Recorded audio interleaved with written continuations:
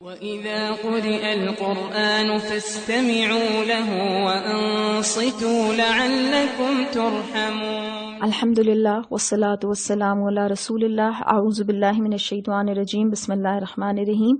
آج کی کلاس کا آغاز ہم سورۃ الحج سے کریں گے۔ سورۃ الحج مکی بھی ہے اور مدنی بھی ہے، کیونکہ اس کا پہلا حصہ مکہ کے آخری دور میں جبکہ دوسرا حصہ ہجرت مدینہ کے فوراً بعد نازل ہوا تھا۔ یہ وہ پہلی سورہ مبارکہ ہے جس میں مسلمانوں کو قتال کی پہلی قسم یعنی دفاعی جہاد کا حکم دیا گیا تھا۔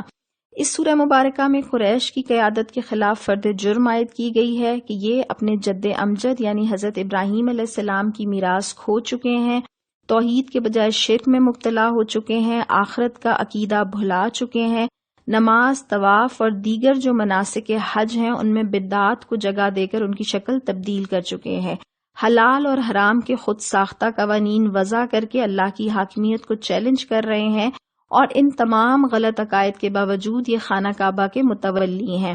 ہم یہ جانتے ہیں کہ تمام عرب میں قریش کی ساکھ اسی گھر کی نسبت سے تھی اور ان کی معیشت کا انحصار بھی اسی پر تھا، تو اللہ تعالیٰ یہ بات ارشاد فرماتے ہیں کہ یہ جو بگڑے ہوئے لوگ ہیں یہ اللہ کے گھر کے جائز متولی نہیں ہے۔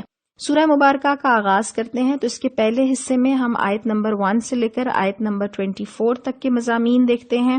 اللہ تعالیٰ سورہ کی ابتدا میں بنی نوع انسان کو مخاطب کر کے اللہ کے غضب اور قیامت کی ہولناکی سے ڈراتے ہیں، اور پھر قیامت کی ایک مختصر سی تصویر کشی فرماتے ہیں کہ اس میں دودھ پلانے والی ماں اپنے بچے کو بدحواسی میں دودھ پلانا بھول جائے گی، اور خوف کا عالم یہ ہوگا کہ مارے خوف کے حاملہ خواتین کا حمل گر جائے گا۔ ساتھ ہی اللہ تعالیٰ ارشاد فرماتے ہیں کہ بعض لوگ ایسے ہیں جو علم کے بغیر اللہ کے بارے میں بحثیں کرتے ہیں، اور یہاں پر علم کے بغیر اللہ کے بارے میں بحثیں کرنے سے مراد اللہ کے وجود کے بارے میں بحثیں نہیں ہیں، کیونکہ وجود کے قائل تو اللہ کے مشرکین مکہ بھی تھے۔ اصل جو بحث تھی وہ اللہ تعالیٰ کے اختیارات اور اللہ تعالیٰ کی بھیجی ہوئی تعلیمات کے بارے میں تھی۔ اگلی آیات میں اللہ تعالیٰ زندگی بعد از موت کے دلیل کے لیے انسان کی تخلیق کے مراحل اور زمین کی پیداوار کو بطور دلیل پیش فرماتے ہیں کہ آدم کے پتلے کو اللہ نے مٹی سے بنایا، جب اس میں اللہ نے روح پھونکی تو وہ جیتا جاگتا انسان بن گیا۔ پھر آگے آدم علیہ السلام کی نسل پھیلی اور نطفے کے ایک قطرے سے انسان کی تخلیق کا عمل شروع ہوا۔ یوٹرس یا رحم مادر کے اندھیروں میں نطفے کے بعد جمع ہوا خون، پھر اس سے گوشت کا لوتھڑا، پھر اس گوشت کے لوتھڑے میں آنکھ، ناک، کان، ہاتھ، پاؤں سب اعضاء کے نقوش بنے، پھر اس میں ہڈیاں اور عضلات بنے، یہاں تک کہ مقررہ وقت پر انسان کا بچہ پیدا ہو گیا۔ اب آپ دیکھیے کہ انسان اگر صرف اپنی تخلیق کے مراحل پر غور کر لے تو بے اختیار رب کریم کے آگے سر جھک جایا کرتا ہے۔ پھر اللہ فرماتے ہیں کہ وہ رب پرورش کے عمل سے گزارتا ہوا جوانی عطا کرتا ہے، پھر بڑھاپے کی اس نہج پہ پہنچا دیتا ہے کہ وہ دوسروں کا مجبور ہو جاتا ہے، چل نہیں سکتا، کھا نہیں سکتا، یاد نہیں رکھ سکتا، اور زمین پر بوجھ بن جاتا ہے۔ اور پھر وہ وقت آتا ہے مقرر کردہ، کبھی بچپن میں، کبھی جوانی اور کبھی بڑھاپے میں، یعنی موت کا وقت جو زندگی کو ختم کر دیتا ہے۔ اسی طرح سے اللہ تعالیٰ سوکھی پڑی زمین پر پانی برساتا ہے اور یکایک اس پر سبزہ اگنا شروع ہو جاتا ہے جو غذا اور لباس میں کام آتا ہے، اور اللہ تعالیٰ اس سے ہمیں سمجھاتے یہ ہیں کہ جو رب پہلی بار تخلیق کی قدرت پر قادر ہے تو وہ دوبارہ اٹھانے پر قدرت کیوں نہیں رکھتا۔ لہٰذا انسان اللہ کے سامنے پیش ہوگا اور اپنے اعمال کا حساب دے گا۔ تو اس قیامت کی گھڑی سے کل بھی ہم نے سورۃ الانبیاء میں یہ پڑھا تھا، اور آج پھر دوبارہ کہ ہم بے خوف نہ ہوں کہ یہ کسی وقت بھی ہم پر آ سکتی ہے۔ آگے چلیے تو آگے اللہ تعالیٰ یہاں پر ایک اور بات ارشاد فرماتے ہیں کہ لوگوں میں سے کوئی ایسا ہے جو کنارے پر رہ کر اللہ کی بندگی کرتا ہے، اگر فائدہ ہوا تو مطمئن ہو گیا، اور جو کوئی مصیبت آ گئی تو الٹا پھر گیا، یعنی کفر اور اسلام کی سرحدوں پر کھڑا رہتا ہے، اور اگر آسانی دیکھی تو اسلام کے ساتھ ہے، اور جہاں مشکل دیکھی وہاں ایمان سے کھسک گئے۔ آگے جا کر اللہ تعالیٰ یہ بھی ارشاد فرماتے ہیں کہ آسمان اور زمینوں کی تمام مخلوقات اللہ کے آگے سربہ سجود ہیں۔ آیت نمبر 25 سے لے کر 38 تک میں اللہ تعالیٰ واضح فرماتے ہیں کہ خانہ کعبہ کے جائز متولی مسلمان ہیں اور قریش نہیں ہے۔ پھر مسجد حرام کے حقوق اور احکام حج کی تفصیلی وضاحت ان آیات میں آتی ہے، اور یہاں پر قربانی کے حوالے سے ایک اہم آیت جو اللہ تعالیٰ ہمیں بتاتے ہیں وہ یہ ہے کہ جو کچھ تم قربانی کرتے ہو نہ ان کے گوشت اللہ کو پہنچتے ہیں اور نہ خون، بلکہ اسے تمہارا تقویٰ پہنچتا ہے۔ اور دوبارہ اس پرانی بات کو دہرا لیجئے کہ ہر نیک عمل کے پیچھے اصل میں جو روح ہے وہ تقویٰ ہے، جسے اللہ تعالیٰ کنسیڈر فرماتے ہیں۔ آیات 39 سے لے کر 41 تک کو دیکھیے۔ اس میں آیت نمبر 39 میں ان مظلومین کو جن کے خلاف ظلم کا بازار گرم تھا پہلی بار لڑنے کی اجازت دی گئی، جبکہ بعد میں سورہ بقرہ آیت نمبر 190 اور 191 میں باقاعدہ لڑائی کا حکم جاری کیا گیا۔ پھر اللہ کے دین کی مدد کرنے والوں سے مدد اور نصرت کا وعدہ کیا گیا، اور جہاد کا مقصد یہ بتایا گیا کہ اسلامی ریاست کا قیام ہے، اور ساتھ یہ بتایا گیا کہ اللہ کے دین سے مخلص بندوں کو جب زمین میں اقتدار ملتا ہے تو ان کے 4 بنیادی کام کیا ہوں گے۔ نمبر 1، وہ اس پر نماز کا نظام قائم کریں گے۔ نمبر 2، زکوٰۃ ادا کریں گے۔ نمبر 3، نیکی کا حکم دیں گے۔ اور نمبر 4، برائی سے روکنے والے ہوں گے۔ پھر آیت نمبر 42 سے لے کر 62 تک میں اللہ تعالیٰ نبی کریم صلی اللہ علیہ وسلم کو یہ تسلی دیتے ہیں کہ یہ مشرکین صرف آپ صلی اللہ علیہ وسلم ہی کو نہیں جھٹلا رہے، بلکہ اس سے پہلے نوح علیہ السلام کی قوم، حضرت ہود، حضرت صالح علیہ السلام، ابراہیم علیہ السلام، لوط علیہ السلام، حضرت شعیب علیہ السلام کی قوم اور بنی اسرائیل اپنے انبیاء کو جھٹلا چکے ہیں اور عذاب کی زد میں آ چکے ہیں۔ اس کے بعد اللہ تعالیٰ مہاجرین کی ستائش کرتے ہیں اور ان سے اچھے اجر کا وعدہ فرماتے ہیں۔ ایمان والوں کے لیے مغفرت اور رزق کریم کا وعدہ، اور کافروں کو دوزخ کی وعید سنائی گئی ہے۔ آیت نمبر 63 سے لے کر 76 تک میں اللہ تعالیٰ دلائل ربوبیت دیتے ہیں، دلائل قدرت بیان کرتے ہیں، اور نبی کریم صلی اللہ علیہ وسلم کو صرف اللہ تعالیٰ سے دعا کرنے کا حکم دیتے ہیں۔ آیت نمبر 73 میں بہت خوبصورت مثال کے ذریعے سے اللہ تعالیٰ نے شرک کو باطل قرار دیا اور فرمایا کہ اللہ کو چھوڑ کر جن جن لوگوں کو تم نے اپنا معبود بنا رکھا ہے ان کی مثال ایسے ہے کہ وہ سارے مل کر بھی ایک مکھی پیدا نہیں کر سکتے، اور پیدا کرنا تو دور کی بات، اگر مکھی ان سے کوئی چیز چھین لے جائے تو اسے واپس بھی نہیں لے سکتے۔ مدد چاہنے والے بھی کمزور، اور جن سے مدد چاہی جاتی ہے وہ بھی کمزور۔ اس آیت پر ذرا رک کے سوچئے گا، اور کبھی انسان اپنی حیثیت پر غور کرے کہ ہم کتنے عاجز اور کتنے کمزور ہیں۔ ٹھیک ٹھاک چلتا پھرتا انسان ایک معمولی سے جھٹکے کی وجہ سے بستر پر آ جاتا ہے اور دوسروں کا محتاج ہو جاتا ہے۔ ایک ہی جھٹکا اس کو دنیا سے کاٹ کر رکھ دیتا ہے۔ تو انسان کیسے اپنے رب کریم سے بے نیاز رہ سکتا ہے؟ اور اللہ تعالیٰ ارشاد فرماتے ہیں کہ ان لوگوں نے اللہ کی قدر ہی نہ پہچانی جیسا کہ اس کے پہچاننے کا حق ہے۔ پھر آخری آیت نمبر 77 اور 78، اس میں ہمارے لیے جامع ہدایات ہیں۔ اس میں اللہ تعالیٰ ارشاد فرماتے ہیں، اے لوگو جو ایمان لائے ہو، رکوع اور سجدہ کرو، اپنے رب کی بندگی کرو اور نیک کام کرو، اسی سے توقع کی جا سکتی ہے کہ تم کو فلاح یا کامیابی نصیب ہو۔ پھر اللہ تعالیٰ ارشاد فرماتے ہیں کہ اللہ کی راہ میں جہاد کرو جیسا کہ جہاد کرنے کا حق ہے۔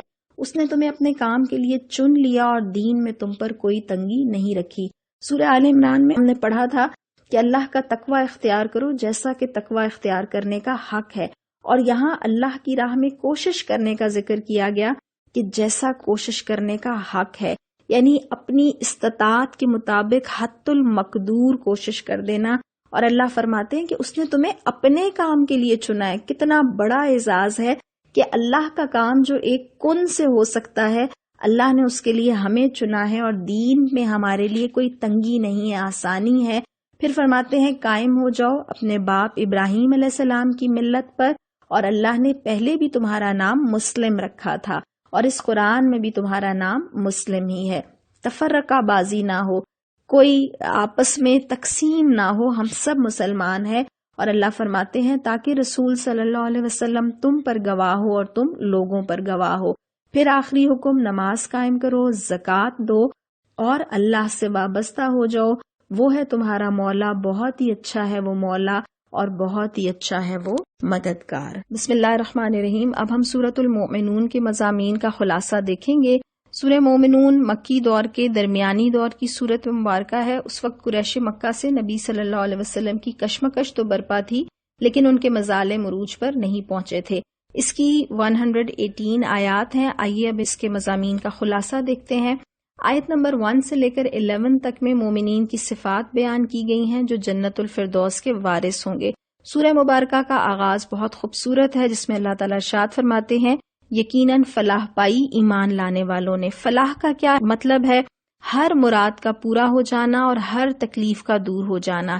اہل ایمان سے فلاح کا وعدہ بار بار قرآن میں کیا گیا ہے، نماز کی پکار میں ہے کہ آؤ فلاح کی طرف، اور اللہ کا وعدہ یہ ہے کہ جتنی فلاح دنیا میں ممکن ہے وہ بھی ملے گی، لیکن مکمل اور دائمی اور حقیقی فلاح آخرت میں ملے گی۔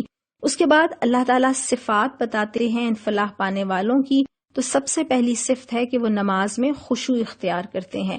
خشوع کے اصل معنی کیا ہے؟ کسی کے آگے جھک جانا، دب جانا، اظہار عجز و انکسار کرنا، اور اس کیفیت کا تعلق دل سے بھی ہے اور جسم کی ظاہری حالت سے بھی۔ دل کا خشوع یہ ہے کہ آدمی پر کسی کی ہیبت اور عظمت و جلال سے مرعوبیت طاری ہو، اور جسم کا خشوع یہ ہے کہ جب وہ اس کے سامنے جائے تو سر جھک جائے، اعضاء ڈھیلے پڑ جائیں، نگاہ پست ہو جائے اور آواز دب جائے۔ ہم عام زندگی میں بھی یہ معاملہ اپنا دیکھتے ہیں کہ جب اپنے سے کسی طاقتور شخصیت سے ملنا ہوتا ہے تو دل میں بھی فکر مندی ہوتی ہے اور جسم کے اوپر بھی اس فکر مندی کے آثار مرتب ہوتے ہیں۔ تو اللہ جو اس کائنات کا رب ہے، اس کے لیے ہمارے سامنے کیا ہو؟ نماز پڑھتے ہوئے خشوع کی کیفیت طاری ہو۔ دوسری صفت کیا بتائی گئی؟ کہ وہ لغویات سے دور رہتے ہیں۔ لغو ہر اس بات کو اور کام کو کہتے ہیں جو فضول ہو، لا یعنی ہو اور لا حاصل ہو، جن باتوں یا کاموں کا کوئی فائدہ نہ ہو یا کوئی مفید نتیجہ برآمد نہ ہو، وہ سب لغویات ہیں۔ اور مومن بے مقصد مشغلوں کی طرف رخ نہیں کرتے۔ زندگی امتحان ہے، امتحان دے کر واپس اپنا گھر جانا ہے۔ امتحان کے دوران مومن بیکار مشغلے افورڈ نہیں کر سکتا ہے۔ البتہ وہ چیزیں جو انسان کے لیے نافع ہوں، جیسے صحابہ کے متعلق ہم دیکھتے ہیں کہ انہوں نے تیراکی، تیر اندازی، گھڑ سواری میں باہم مقابلے کیے، یہ وہ چیزیں ہیں جو مومن کو مضبوط بناتی ہیں، قوت بخشتی ہیں۔ اس لیے ہمیں اور ہمارے بچوں کو ایسے مشاغل اپنانے چاہیے جو جسمانی اور ذہنی طور پر ہمیں فائدہ دینے والے ہوں، بجائے اس کے کہ ہم محض وقت گزاری کے لیے بہت ساری لغویات میں پڑ جائیں۔ اس کے بعد تیسری صفت اللہ تعالیٰ ارشاد فرماتے ہیں کہ وہ زکوٰۃ کے طریقے پر عامل ہوتے ہیں، یعنی محض زکوٰۃ دینے کی بات نہیں ہے، بلکہ اس سے بڑھ کر ایک جامع تصور دیا گیا ہے کہ وہ اپنے مال کو پاکیزہ بنانے کے لیے زکوٰۃ ادا کرتے ہیں اور زندگی کے ہر پہلو کا تزکیہ کرنے کے لیے فکر مند اور کوشاں رہتے ہیں۔ اور اپنی زندگی میں تزکیے کا مطلب یہ ہے کہ خود اپنے کردار کو بھی پاک صاف بنانا اور اپنے ارد گرد کے ماحول کو بھی پاک صاف کرنا۔ اس کے بعد چوتھی صفت یہ بتائی گئی کہ وہ اپنی شرمگاہوں کی حفاظت کرتے ہیں۔ اس کا ایک مطلب یہ ہے کہ اپنے جسم کے قابل شرم حصوں کو چھپا کر رکھتے ہیں، یعنی عریانی سے پرہیز کرتے ہیں، اور اپنا سطر دوسروں کے سامنے نہیں کھولتے۔ یہ بھی ایک بہت بڑا فتنہ ہے جو آج کے دور میں لباس کے فتنے کی شکل میں ہمارے سامنے موجود ہے۔ اور دوسری سے مراد یہ ہے کہ وہ اپنی عصمت کی، اپنی عفت کی حفاظت کرتے ہیں، یعنی جنسی معاملات میں آزادی نہیں برتتے اور جائز رشتوں تک اس کو محدود رکھتے ہیں۔ اس کے بعد پانچویں صفت اللہ تعالیٰ ارشاد فرماتے ہیں کہ اپنی امانتوں اور اپنے عہد و پیمان کا پاس رکھتے ہیں۔ امانات کا لفظ جامع ہے، یہ تمام امانتوں کے لیے، چاہے وہ اللہ تعالیٰ نے ہمیں دی ہوں، معاشرے نے دی ہوں، یا افراد نے کسی شخص کے سپرد کی ہوں۔ زندگی بھی ایک امانت ہے، قرآن بھی ایک امانت ہے، مشورہ بھی ایک امانت ہے، راز بھی ایک امانت ہے، اور اسی طرح عہد و پیمان میں وہ سارے معاہدے داخل ہیں جو انسان اور اللہ کے درمیان ہیں، یا انسان اور انسان کے درمیان ہیں، یا قوم اور قوم کے درمیان استوار کیے گئے ہوں۔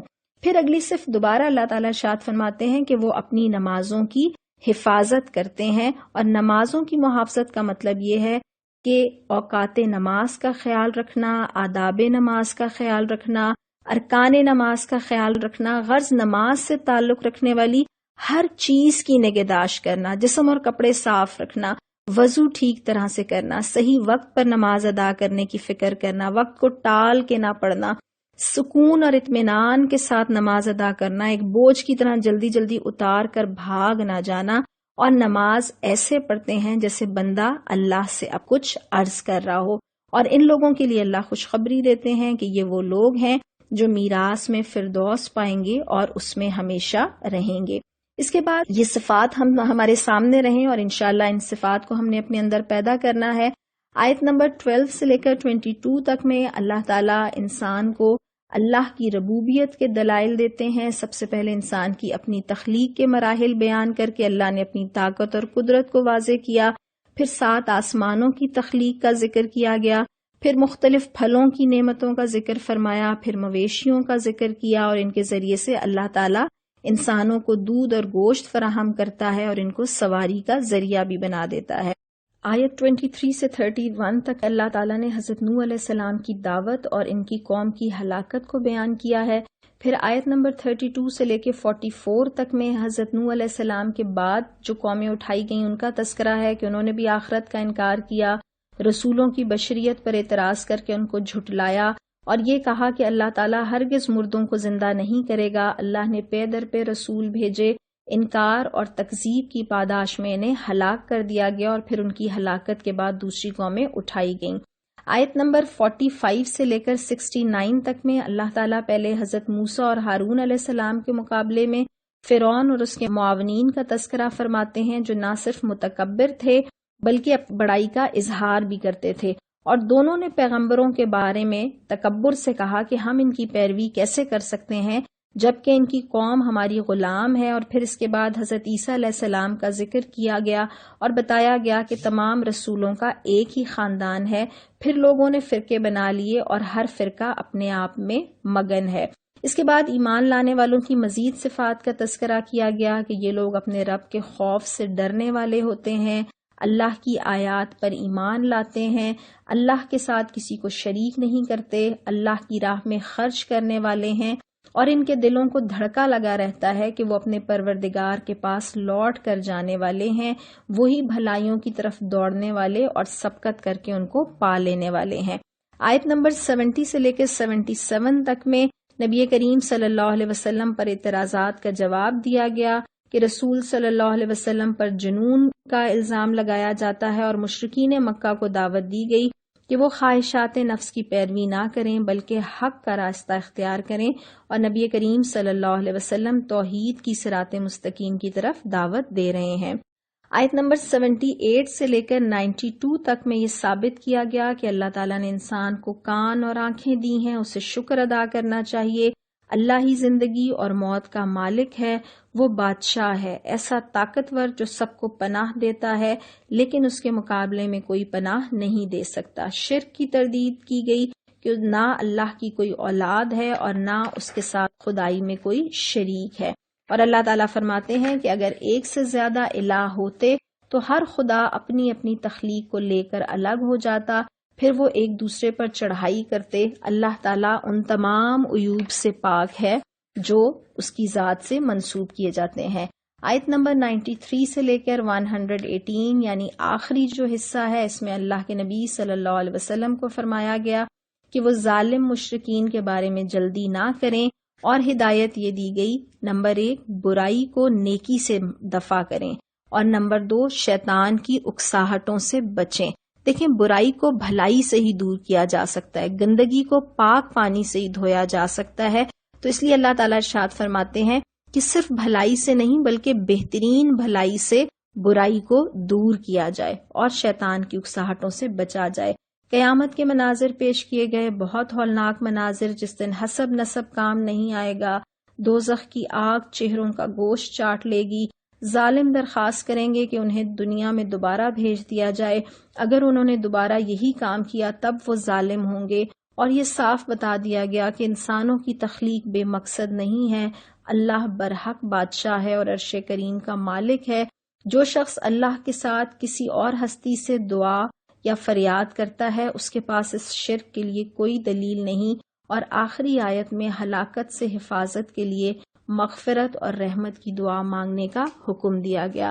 اللہ تعالی ہمیں ان فلاح پانے والے مومنین میں شامل فرمائے۔ وآخر دعوانا ان الحمد للہ رب العالمین۔